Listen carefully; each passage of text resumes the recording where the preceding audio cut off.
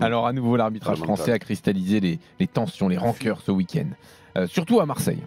Ce Marseille-Lille a été chaud. Willy Delageau, l'arbitre, a dû sortir du terrain escorté par la sécurité. Il a reçu des menaces à tel point que Philippe Diallo, le président de la Fédé, est sorti du bois pour le soutenir publiquement hier. Alors il s'est mis à dos les deux équipes. Genesio, qui lui voit un pénalty non sifflé sur Haraldsson, un hors-jeu sifflé trop vite aussi, et quand on lui a dit est-ce qu'il était d'accord pour dire que l'arbitrage lui avait été favorable, il est rentré dans l'art du journaliste qui a dit ça en disant en gros vous étiez dans la mauvaise tribune. Les Marseillais, eux, réclament un pénalty sur Højbjerg. L'arbitre n'a pas fait un bon match, a dit De Zerbi. Beaucoup d'épisodes ne m'ont pas plu. Il évoque aussi Diakité qui aurait dû avoir un deuxième jaune. Il égalise en fin de match. Un pénalty aussi pour une faute sur Jonathan Rowe.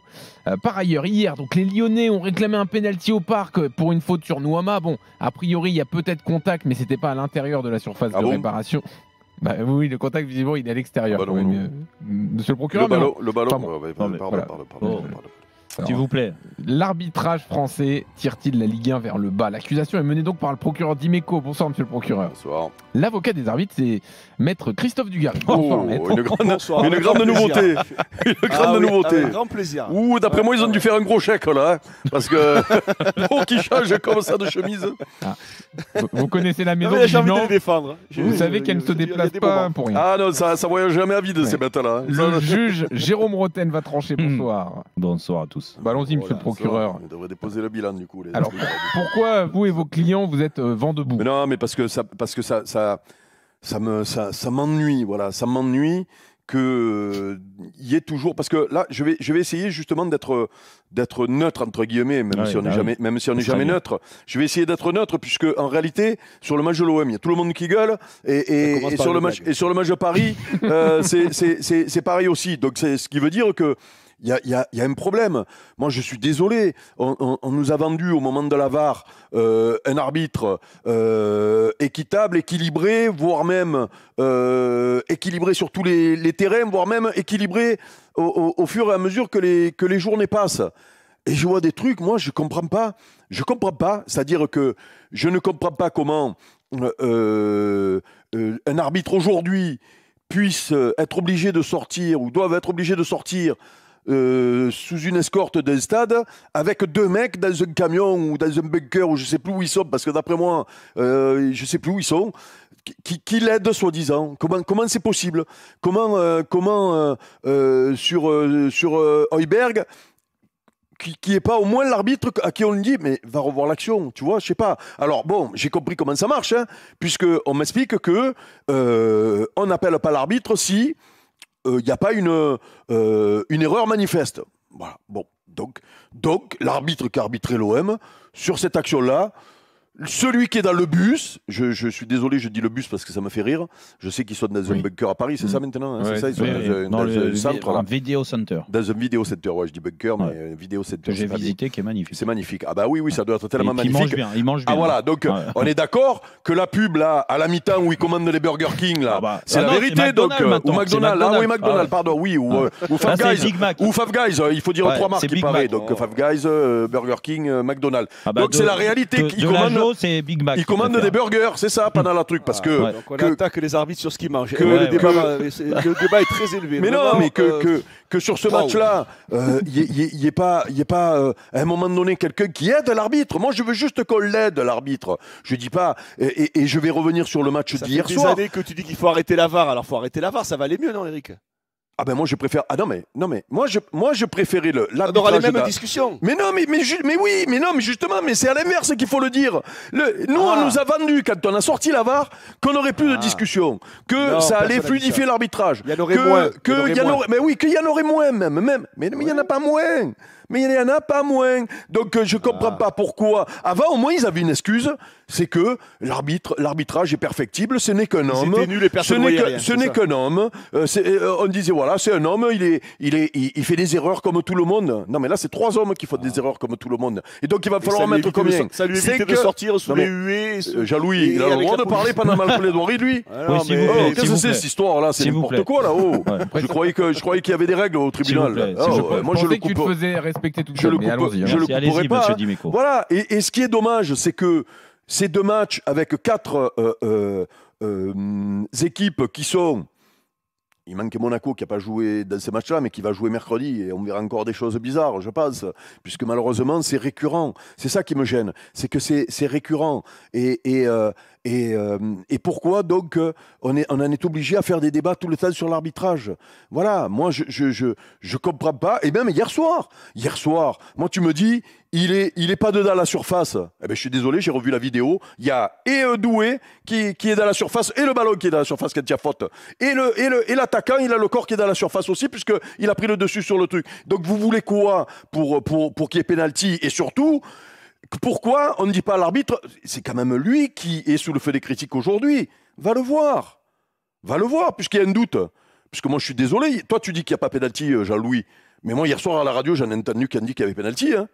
Ah bon? Et oui, nos collègues, la preuve que si tu mets 10 mecs dans une pièce, là, les 10 journalistes et consultants de foot sur le match d'hier soir, sur cette truc-là, tu auras 5-5 peut-être. Sur RTL? Oui, non, chez nous. Non, chez nous, j'étais là. Chez nous. Personne n'a dit qu'il y avait pénalty. Non, c'était Jean-Louis qui quoi était. C'était Jean-Louis. Hier, personne n'a dit qu'il y avait pénalty. Ah, tu n'as pas écouté l'after? Ah, dans l'after, je l'avais pendant le match. Ah non, tu n'as pas écouté l'after. Ah non, ça veut dire qu'il n'écoute pas l'after. Et voilà, donc la preuve que tu n'écoutes pas tes partenaires ou tes collègues. Voilà, c'est tout. Donc tu te fais ton idée qu'à toi. Moi j'ai écouté beaucoup de monde. C'est partagé, mais quand c'est partagé, j'aurais aimé qu'à un moment donné. Donc maintenant, un gardien peut mettre une tarte à un attaquant qui a fait piquer. donc non, mais allons-y. Sauf que moi, la semaine prochaine, j'espère qu'on verra la même chose. Voilà, que ce sera le même arbitrage. Très bien. On laisse la parole à la défense, Maître Dugarry.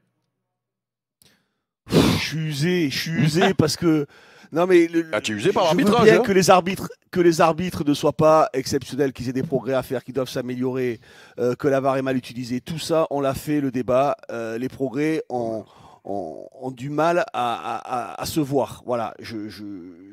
C'est vrai effectivement que je pense qu'on n'a pas réglé le problème d'appeler l'arbitre, même si on considère que c'est pas une faute manifeste. Une faute manifeste, ça soumet à interprétation. Donc appeler l'arbitre pour perdre 30 secondes, 1 minute, je pense que ça, on le maîtrise pas assez et je pense qu'il faut être capable de plus l'utiliser. Après, moi j'en ai marre qu'on explique que c'est la faute à l'arbitre si Marseille est aussi catastrophique, si Lyon vient au Paris Saint-Germain en calbute et incapable de... C'est-à-dire qu'en gros, on compte sur l'arbitre pour rester dans le match. C'est pas compter sur l'arbitre, c'est des faits de jeu. Marseille, c'est des faits de jeu. Mais Marseille, arrête le match. C'est l'arbitre qui les a laissés dans le match. Ils doivent perdre 4-1 le match. Ils sont catastrophiques, les Marseillais. C'est Roulis qui est énorme. Mais oui, il ne faut pas qu'il joue le gardien non plus. Oui, si tu veux, il est catastrophique. Oui. Voilà, une nouvelle fois. Là, sur le match de Lille face à Marseille, les deux se plaignent. Donc, c'est qu'il n'y a pas d'avantage pour l'un ou il n'y a pas d'avantage pour l'autre. Les Marseillais qui se plaignent pas, qui se plaignent plutôt de leur jeu, de leurs joueurs, de ce qu'ils montrent sur le terrain. Parce que sincèrement, j'ai trouvé ça pitoyable, ce qu'ils ont montré une nouvelle fois, les Marseillais. Et, je vais te dire une chose, la même chose pour Lyon. On a fait le débat. Si vous voulez vous plaindre de l'arbitrage qui est en votre défaveur, eh bien, jouez un peu mieux au football, montrez autre chose, montrez un peu plus de caractère, et comme ça, vous vous plaindrez pas. Ça, c'est un autre débat. Mais oui, mais c'est un autre débat, mais ça fait partie du débat parce que c'est toujours un débat qui est redondant. C'est-à-dire que chaque fois, j'entends les Marseillais se plaindre de l'arbitrage. Parfois, je vais te dire, Eric, et peut-être, et sûrement à juste titre, mais quand tu rends une copie aussi faible, donc quand tu es pas bon, en termes de jeu, toi, donc c'est pas grave. Voilà. Non, parce que je pense, parce que je pense que le coup de sifflet, je pense qu'aller chercher un résultat. Même si Marseille a su le faire par moment, je pense que ça va aussi avec ce que tu mets dans le match. C'est-à-dire que la chance, elle sourit aussi aux audacieux. Les coups de sifflet, ils sourient aussi aux audacieux. Et quand je vois que tu es aussi faible, aussi frileux, et tu montres aussi peu de choses à domicile, notamment pour les Marseillais, je suis désolé, ils doivent se faire éclater une nouvelle fois face à Lille. Ils s'en sortent très bien que les Lillois sont d'une maladresse affligeante. Mais la deuxième mi-temps, ils doivent gagner ce match-là. Oui, déjà, bien sûr. Il y a même une faute sur le but sur l'égalisation, il y a une faute sur Balerdi qui est au marquage. Plus. Donc en gros, vous allez vous plaindre que Lille a égalisé à la fin du match. Mais le problème, Eric, il est là, c'est que l'entraîneur, parce que j'ai même pas parlé des résultats. L'entraîneur, il t'explique. J'ai même pas parlé de l'influence sur le résultat de l'arbitre. Diakité doit être expulsé, Diakité doit recevoir un deuxième carton jaune. C'est-à-dire que le mec, il se dit, le buteur c'est Diakité, mais tu te rends compte à un moment, il aurait dû recevoir un carton jaune, donc il n'aurait pas dû marquer le but. Non mais on va où là? Alors on va c'est quoi ce raisonnement? Tu vois le problème qu'il y a, c'est que Jean-Louis, laisse-moi. Non, mais bien sûr. Non, mais le problème c'est que moi, quand je fais les catastrophes, les changements de derby qui sont pas bons. Non mais on l'a dit. Sauf que. Moi, à aucun moment, je n'ai parlé de l'arbitrage qui change le résultat. Et pourtant, j'aurais pu le faire parce que pour moi, l'arbitrage de l'autre soir, ça change le résultat. Moi, je parle juste de l'incohérence de l'arbitrage et du fait que on en est toujours à faire les mêmes débats. Maintenant, si. Mais maintenant, si, parce qu'une équipe, elle fait pas les bons changements, il y a un défenseur qui est nul, on peut faire n'importe quoi et on passe tout à l'arbitre. Mais moi, je suis désolé. Je suis désolé. Parce qu'avec le même match, tu peux avoir un autre résultat. Parole au juge. Tu peux me redire l'intitulé? Ouais, l'intitulé. C'est pas clair là. Non, parce que les deux là, ils m'ont retourné le cerveau là. Est-ce que l'arbitrage français tire la Ligue 1 vers le bas? Est-ce que tout est une catastrophe? Non, vous savez ce que je pense de l'arbitrage. Moi, je suis plus d'accord avec Dugas sur ce qui s'est passé ce week-end. Et là, on faisait référence au match de Marseille et au match de Paris. C'est une question d'interprétation. C'est tout. Bien sûr. Oui, Eric. Donc un mec qui contrôle, il arrive à lancer, qui contrôle dans la surface, et l'autre qui se jette en l'air sans toucher le ballon, qui lui met coup de coude à la gorge. C'est l'interprétation, ça. Je suis le juge. Mais non, mais c'est un juge véreux là-haut. Arrêtez, déconnez pas. Moi, je veux bien. Eric Dimeco qui nous tient ce discours-là sur la faute du défenseur de Lille. Alors là, franchement, j'ai plus rien à dire. Moi, je dis bravo. Allez, victoire de Dugas donc dans ce procès. Merci.